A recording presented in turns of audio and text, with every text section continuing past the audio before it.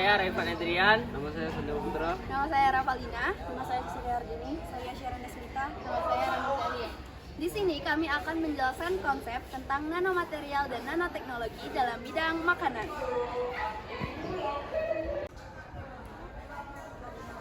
Manfaat nanoteknologi dalam bidang makanan. 1.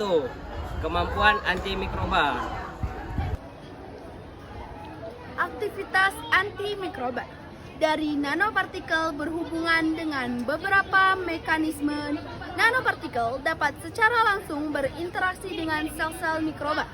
Misalnya, mengganggu transmembran transfer elektron, mengganggu atau menembus membran sel, atau oksidasi komponen sel, atau menghasilkan produk sekunder, atau ion-ion logam berat terlarut yang menyebabkan kerusakan. Selain itu, adanya interaksi NP-ZinO dengan gugus fosfor dalam DNA menyebabkan penghambatan fungsi enzim pada bakteri.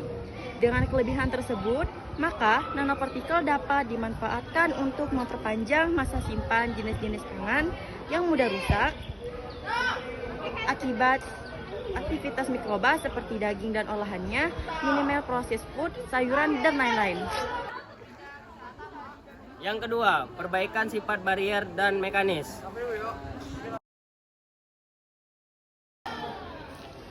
Mekanisme perbaikan sifat mekanis tersebut berhubungan dengan interaksi interfasial antara partikel nanofiller dengan matriks. Pendapat lain mengatakan bahwa partikel nano berperan sebagai agen penguat karena dapat menurunkan mekanisme plastisasi dari matriks. Sedangkan mekanisme perbaikan sifat barier yaitu adanya partikel nano dalam matriks polimer film menyebabkan perpindahan uap, air, dan gas menjadi semakin sulit akibat adanya mekanisme jalan yang berliku. Yang ketiga, perbaikan stabilitas sistem emulsi. Nanoemulsi merupakan pengembangan terbaru dari teknologi emulsi. Sistem yang terbentuk dari campuran dua fase, yaitu terpredisi dan endispresi. Beberapa contoh dari produk emulsi yaitu susu, santan, margarin, dan lain-lain.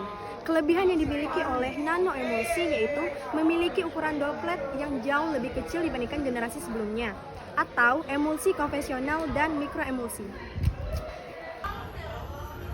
Ukuran droplet dalam skala nano menyebabkan penurunan gegrativasi sehingga mencegah sedimentasi, creaming, flocculasi, dan lain-lain. Dengan demikian, stabilitas sistem emulsi menjadi semakin baik. Alat-alat yang biasanya digunakan untuk mendapatkan nanomulsi diantaranya head pressure homogenizer, ultraturex, ultrasonic disruptor, high speed blender, dan lain-lain. Yang keempat, bioavailability. 3. Saat ini, beberapa material berukuran nano seperti nano kalsium, nano ginseng, dan nano propolis telah ditambahkan untuk menambah nilai pada produk-produk pangan komersial seperti susu dan minuman energi. Pada ukuran berskala nano diharapkan mampu meningkatkan bioavailabilitas sehingga komponen-komponen bioaktif dapat diabsorpsi tubuh dengan maksimal. Ukuran bahan yang sangat halus dan kecil menyebabkan peningkatan tingkat kelarutan yang lebih tinggi dan terdispersi secara merata. Peranan nanoteknologi dalam bidang makanan.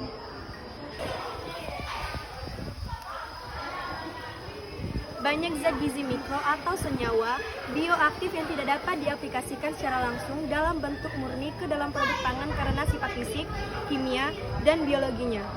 Beberapa zat gizi mikro dan senyawa bioaktif tersebut mempunyai kelarutan rendah dalam air ataupun minyak. Zat gizi mikro tersebut mudah mengalami perubahan sifat fisik dan kimia selama persiapan proses pengolahan pangan penyimpanan, dan pengangkutan.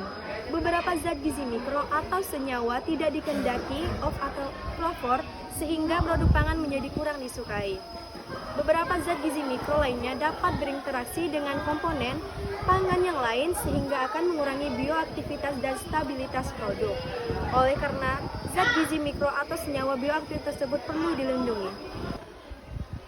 Penerapan nanoteknologi dalam bidang pangan telah dicoba untuk memperbaiki rasa, warna, flavor, tekstur, dan konsistensi bahan pangan, meningkatkan daya serap dan bioavailabilitas zat gizi. Sebagai contoh, aplikasi nanoteknologi adalah teknologi emulsifikasi disperbilitas senyawa bioaktif dalam larutan, meminimalkan kecenderungan pemisahan fase air dan lemak, melindungi senyawa bioaktif dari interaksi dengan komponen bahan pangan lain, menjaga sifat fungsional senyawa bioaktif, meningkatkan stabilitas selama pengolahan dan penyimpanan, meminimalkan dampak pada sifat organoleptik pangan, serta untuk meningkatkan penyerapan dan bioavailabilitas senyawa bioaktif. Pengembangan produk pangan dengan nanoteknologi juga dapat memperbaiki sifat fungsional ingredients pangan. Aplikasi nanoteknologi dilakukan melalui pengembangan media pembawanya karier menjadi berukuran nano. Media pembawa yang berukuran nano dapat memperbaiki tingkat absorpsinya sehingga berpotensi membawa zat gizi mikro seperti vitamin dan mineral untuk diedarkan ke seluruh tubuh. Aplikasi nanoteknologi dalam proses pengolahan pangan dapat dikelompokkan menjadi 3, yaitu 1. Ingredients pangan berukuran nano sebagai media pembawa zat gizi mikro yang berukuran nano dan berfungsi untuk mempercepat penyerapan zat gizi. 2. Senyawa bioaktif berukuran nano yang dieskuplasikan dan bermanfaat untuk mencegah off-flavor, menghambat degradasi fisik dan kimia, serta meningkatkan bioavailabilitas. Sekian penjelasan konsep tentang nanomaterial dan nanoteknologi dalam bidang makanan. Kami ucapkan terima kasih. Wassalamualaikum warahmatullahi wabarakatuh.